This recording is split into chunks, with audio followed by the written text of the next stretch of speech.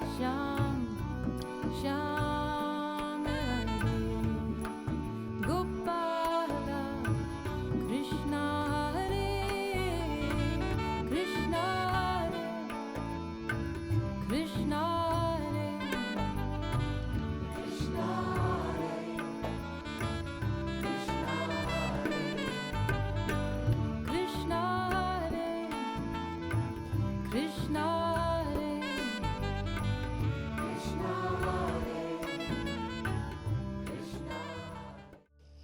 Welcome everyone to Yoga Body and Mind. My name is Lois Nesbitt. I've been teaching yoga out here on the East End for more than 30 years. I also teach in New York City and around the globe. But today I'm just happy to be bringing yoga back to my home turf. My intention with this program is two things: to talk about what we do when we practice yoga, because there's many different styles and techniques out there, and then why we practice, and finally to help you to find a yoga that works for you. So there'll be 3 different formats for this series. I'll have segments that are devoted to practice on the mat, in a chair, sometimes just in your street clothes, standing up. I'll have sessions that I call Yoga SOS, where I zoom in on specific body parts, common injuries, way to prevent and heal injuries that might have come from yoga or any other aspect of your life. And finally, little yoga talks again on the why, the ideas behind the yoga, so that hopefully you'll understand that yoga is more than cat and cow, up dog and down dog. So welcome, and let's get started. Welcome everybody to Yoga Body and Mind. My name is Lois Nesbitt. Today I'd like to talk about the earth element. So back when the yogis came up with their understanding of the universe and everything in it, they didn't have microscopes and high-tech equipment, so they weren't looking at molecules and atoms and quarks and subatomic particles. They were observing phenomenon in the world. They were observing how things looked and acted. And they came up with a system. They said the world and everything in it can be is made up of 5 elements. Actually, it's 4 elements encompassed by the 5th element, which is space. So the 4 elements are earth, fire, water, and air. And everything we can see, touch, smell, experience, observe is made up of some combination of those 4 elements. Now, the elements have the qualities that we would commonly associate with them. So the qualities of earth are like the physical earth itself beneath us: solid, dense, immobile, enduring, maybe cold as opposed to hot or warm, lifeless. So earth is stable. And I love that, at least in English, we call the planet Earth the same thing, because the planet itself is the repository of that heaviness, that kind of energy. So the earth element pervades certain parts of our external environments. So out here on the South Fork, this rich, soft, deep, nourishing soil we have that grows all the crops, the corn, the potatoes, the soybeans, etc. This is a very earthy environment because we have that connection to the soil. The desert would be another very earthy place in a different way: dry, hard earth. Rock quarries and ravines, earthy. Even in New York City, like we talk about the concrete jungle, wherever you have lots of hard surfaces like that, that could be a very earthy environment. As opposed to, say, a watery environment, which we also have out here because we have the bays and we have the ocean beaches and we have streams and rivers and springs. So water is heavy and dense, but not as dense as earth, and is more fluid. But earth is heavy and dense and dark. So earth and the environment, as opposed to, say, like New York City. So I mentioned that the concrete in New York City is earthy, but New York City is more dominated by fire and air, the upper 2 elements, because things move fast in the city. There's a lot of ambition, there's a lot of drive, there's cars moving. everything seems to be going all the time. The lights are on, the buildings are humming, the streets rumble. So that's all a kind of a fiery, agitated energy. And it's fueled by the airiness of an upward pull away from the earth. So it's very easy in New York City to feel ungrounded. In fact, if you ever look down the grates in the sidewalks, you can see that there's empty space beneath you. It's like subway tunnels and God knows what else. So there's no feeling of connection downward to the earth. So that's a fiery, airy environment. Whereas the South Fork here, I consider more earthy and watery. So I brought this up at this time of year because the seasons also, each of the 4 seasons is identified with one of the 4 elements. Earth is winter. Water is spring. Fire is summer. And air is fall. Earth is winter because it's the time of stillness, of heaviness, of blanketing of snow, of animals in hibernation, of cold-blooded animals literally immobilized. So winter is the earthy time of year. People are less out moving around. Everything is more still. Spring is the thaw. The ice flows melt and the juices of the earth start to come and things start to bloom. Summer is fire because of the heat. And fall is air because of the dry winds that come. So we are right now in the depths of a very cold winter with a lot of snow and ice. So think even of just the water element. So it's at its densest form right now. It's hard and rocks. It's icy. In the spring, it'll be watery. In the summer and fall, it'll be airy. It'll evaporate. So we are here in the midst of winter. And if you don't understand this concept of density, if you've been out shoveling any of that snow recently, you know how heavy and immobile it is, how much resistance there is. So crops die at this time of year. The soil goes fallow. As I mentioned, the animals burrow into the ground. Humans are the only animal I know of, the only mammal, that actually frolics in the cold. In fact, we kind of go against this earthy pull by having holidays, by traveling, by being hypersocial, by turning up the juice on all kinds of activity that is not normal or natural. If we were like other mammals at this time of year, we would be hibernating. So we're working against the grain of what is. I had a student at one point who was a biologist, and she worked in a laboratory, and her job, they were studying how mammals hibernate. And her job was, she was observing these little chipmunks in this lab situation. And her job was to make sure that they breathed at least once every hour so they could make sure they were still alive.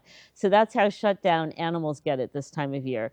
Humans, we work against that grain, and it makes us cheerful, it brings some fun, it gets us excited. But if you've gotten the flu this winter or you just feel tired, that's because we're ignoring the natural rhythm of things, which is it's the time of year to slow down, to stay under the covers a little longer, to be home more, to just give yourself some rest. So the seasons hold elements or are dominated by certain elements. Foods are also dominated by certain elements. So watery foods would be things like soups and salads. Fiery foods would be anything spicy or hot or anything stimulating like coffee. But I meant spicy in terms of like strong in spice, not hot in temperature. But coffee and any stimulating drinks, those would be considered fiery. And airy would be light foods, again, like salads, things that don't have much substance to them. Earthy foods, the main one is animal flesh because, well, 2 reasons. It's dense. A steak is more dense than a sea scallop or a watermelon. Okay, so dense and heavy, but also because it's dead. So anything we eat that has lost its life, its energy, its prana, its chi, is considered an earthy food. So animal flesh, but also anything like leftovers that have lost their freshness are considered earthy. Also anything canned, right? It's lost its life, it's been sealed up, it's been preserved. anything that's been preserved with salt or sugar. So when I was thinking about this, like beef jerky might be like the densest food because it's dead flesh and it's contracted by, it's dehydrated through the salt. So those are some dense foods. Also, dense beans and lentils, and uh, root vegetables that we eat in the winter, like potatoes and sweet potatoes and parsnips and turnips and rutabagas. All those, if you notice, very grounded vegetables that they hug the earth and they have a heaviness to them. Also, oils and fats, especially um, any fat that coagulates. So, what do they call them? Trans fats, animal fats, butter, ghee, lard. So, dense foods. So, at this time of year, when the body gets colder, easier, seeking out foods that are earthy would be nourishing and life sustaining. I don't encourage you to go through the winter on a salad diet or raw foods. This is the time to eat things that have been warmed and cooked and prepared for you, um, and that nourish and sustain you on the cold days, whether or not you're out there shoveling. So we have the earth element in the season, we have it in the environment, we have it in the season, we have it in the food. And then what's even more interesting for most people is that your body holds different elements. It holds all four in different places. So the pelvis is going to be the center of gravity, the heaviest, densest, earthiest part of the body. The belly is the fiery part. They talk about the fire of digestion, or the solar plexus. So this is fiery. By the way, there's water down here in the organs. So you have pelvis is the heavy earth. Then you have the wateriness of, say, the lower intestines and the digestive tract. Then you have the fire of the belly. And then you have the air of the upper chest. So the body itself has this range. And obviously, bones are going to be more earthy. Blood flow and all the fluids in the body would be more watery. The fire, again, is that digestive. Anything that builds heat in the body is fiery, and air in the breath and the mind. So, that said, everybody has all four elements, but there's also some people have more earthy bodies than others. So, anybody who has big bones tends to be heavy set or thick or fleshy, more grounded. That's an earthy body. In excess, it would be someone who's obese or has a tendency to become overweight. That's earth element in excess. Earthy bodies also have a lower center of gravity, meaning the legs are shorter and the torso is longer. So the base of the body is more stable, it's closer to the ground. They tend to be slow moving, even passive. And if in excess, an earthy body can be lazy, or get stuck in ruts, just not want to move at all. The stability becomes immobility. They could have a slower heart rate, which can be great, but not if it leads to problems. So we don't want any of these things in excess. But basically, an earthy body will resist change, will want to stay where it is because it's all about stillness. So they like slowness, quietness, space. I don't have any earth in me at all. I'm trying really hard to speak slowly, which would be an earthy thing to do. I'm all fire and air. We'll get to those elements later and I can demonstrate. But for right now, I'm just trying to evoke for you what it would be like if one were earthy, and many of you will be. So maybe this is resonating. So the mind of an earthy person or an earthy mind is steady, focused, but sometimes gets stuck because, again, lack of change, lack of variety. In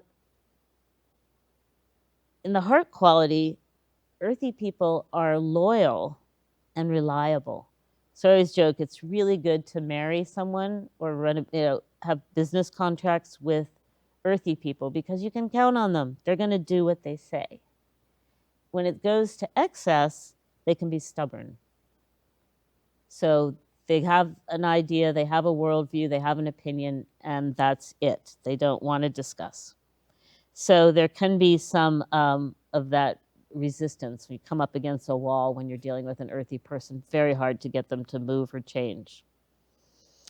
The emotions quality, they often are very calm because of that sense of stillness, even serene, okay, peaceable. But that can lead to being passive and not stepping up to the plate. They can have a sense of sadness, a downward movement, so the heavy emotion of sadness, sorrow, grief, which again, if it goes too far, can lead to becoming depressed, or if not depressed, just resigned, a sense of it's just not worth trying to make an effort, right? That would be a very earthy response to a situation.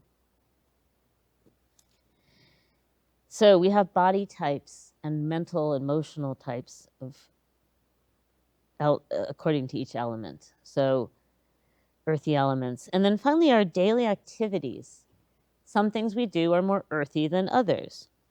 So sitting, being passive, watching TV, maybe scrolling through your Instagram, waiting, those are all earthy times.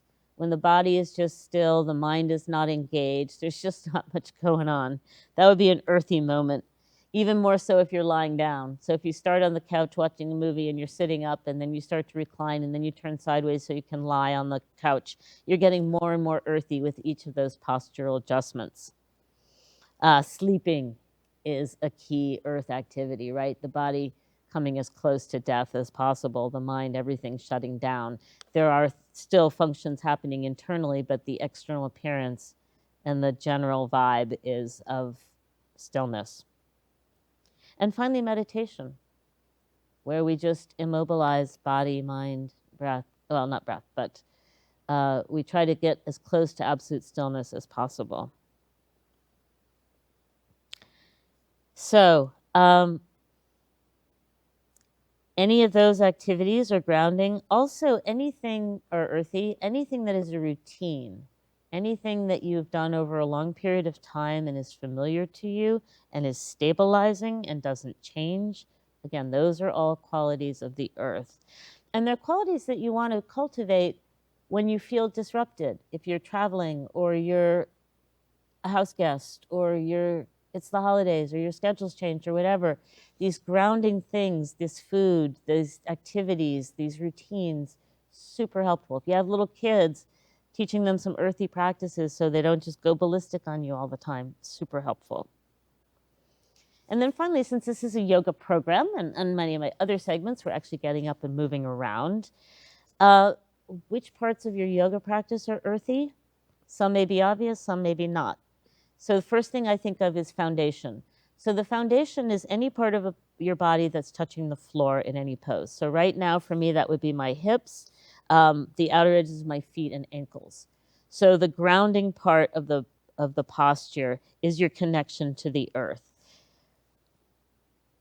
Doing a practice with still long holdings, like I think of Bikram yoga, the hot yoga, they've got the fire with the heat, but their practice has no flow. It has no vinyasa, no sun salutations. They just hold a pose for a certain amount of time, and then actually they do it again. So that's double stability. You've done something still, and then you do something still again. So repetition, familiarity. So long holdings, static, still stationary poses. Anything close to the ground. So I mentioned sitting, so any seated yoga poses, any supine yoga poses, anything on your back, lying down, the hip openers especially. So positioning.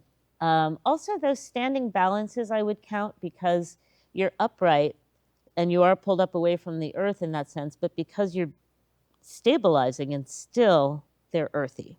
So tree pose, warrior one, high lunge, standing split, anytime where you're focusing and trying to balance on one leg or some variation of that would count as stabilizing and earthy. And then finally, as I mentioned before, with daily life, anything that you do that's a routine, that's repetitive. So if you have a consistent yoga practice, you go to the same teacher at the same time every week, or you have a video you watch at home, or you have a sequence that you've memorized, that's the earth element coming into play. And again, these are tools for you to use. So if you have just come back from World Travelers and you're all disoriented and you want a practice that will bring you stability and a sense of safety and security, those are all earth qualities, then focusing on the foundations of your poses, what's touching the ground, longer holdings of poses, practicing some seated poses and some poses lying on your back, staying with what you know, routine, repetition, familiarity, all the earth qualities. So there's nothing wrong or good or bad about any of the elements. It's how we choose to use them.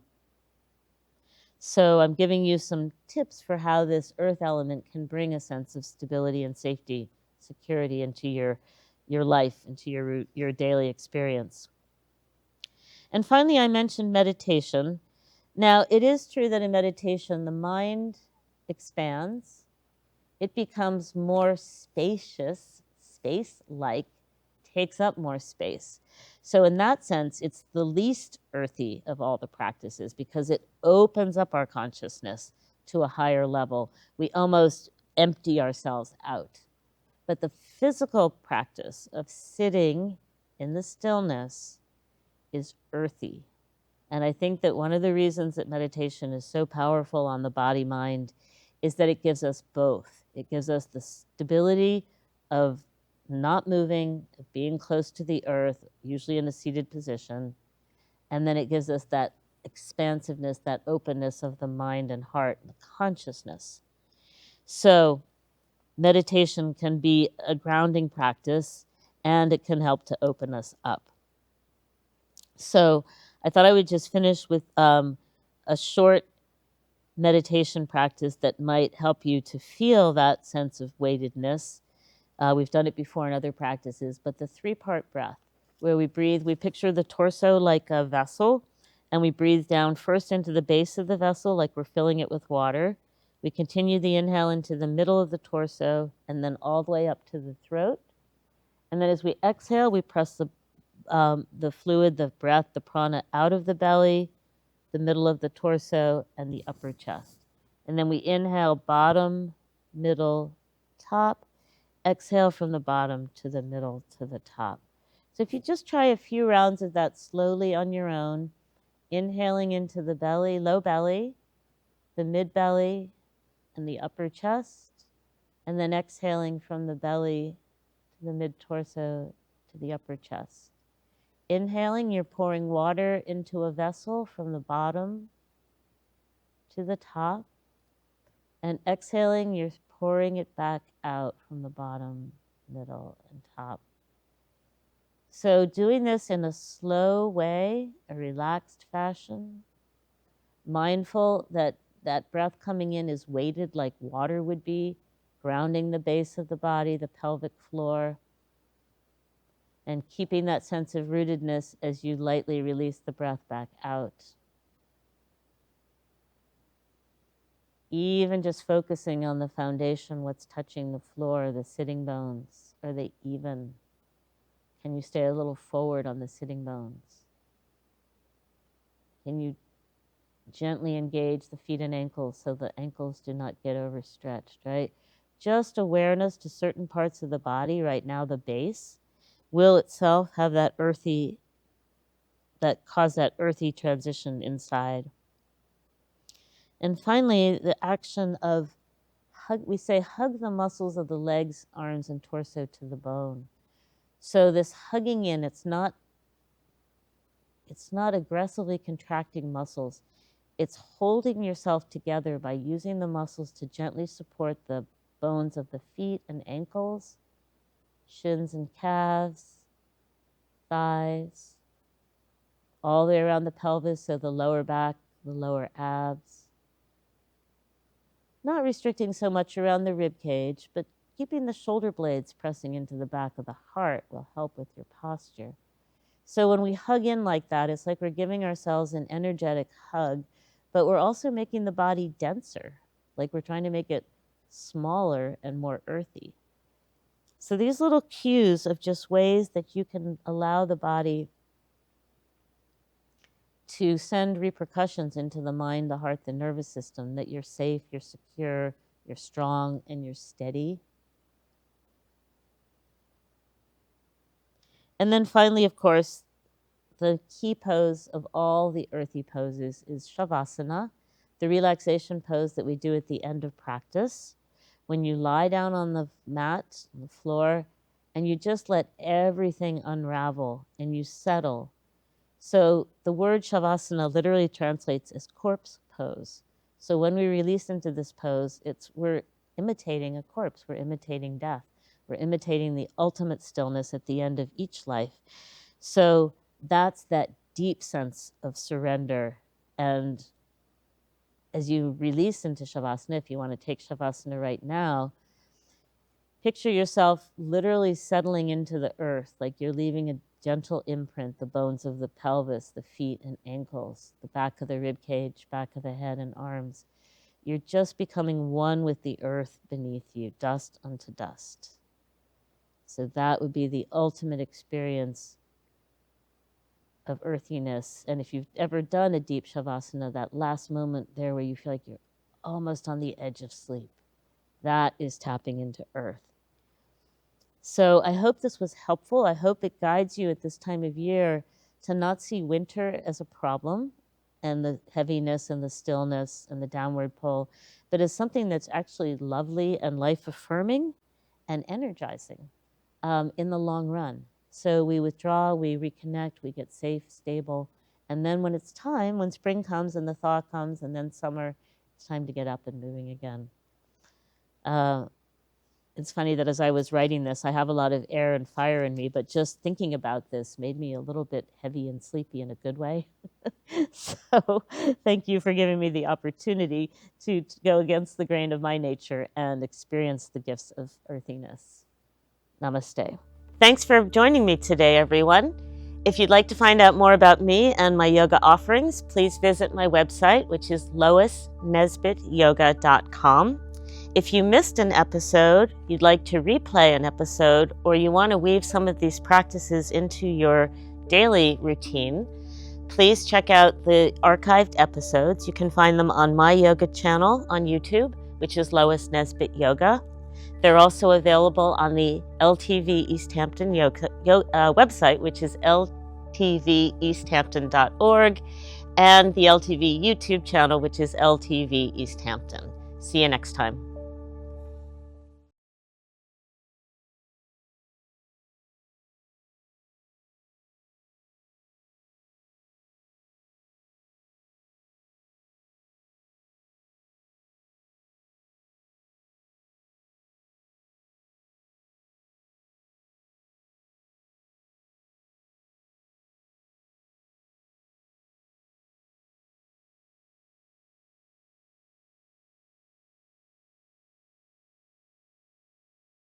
LTV's programming is made possible by the New York State Council on the Arts, with the support of the Office of the Governor and the New York State Legislature.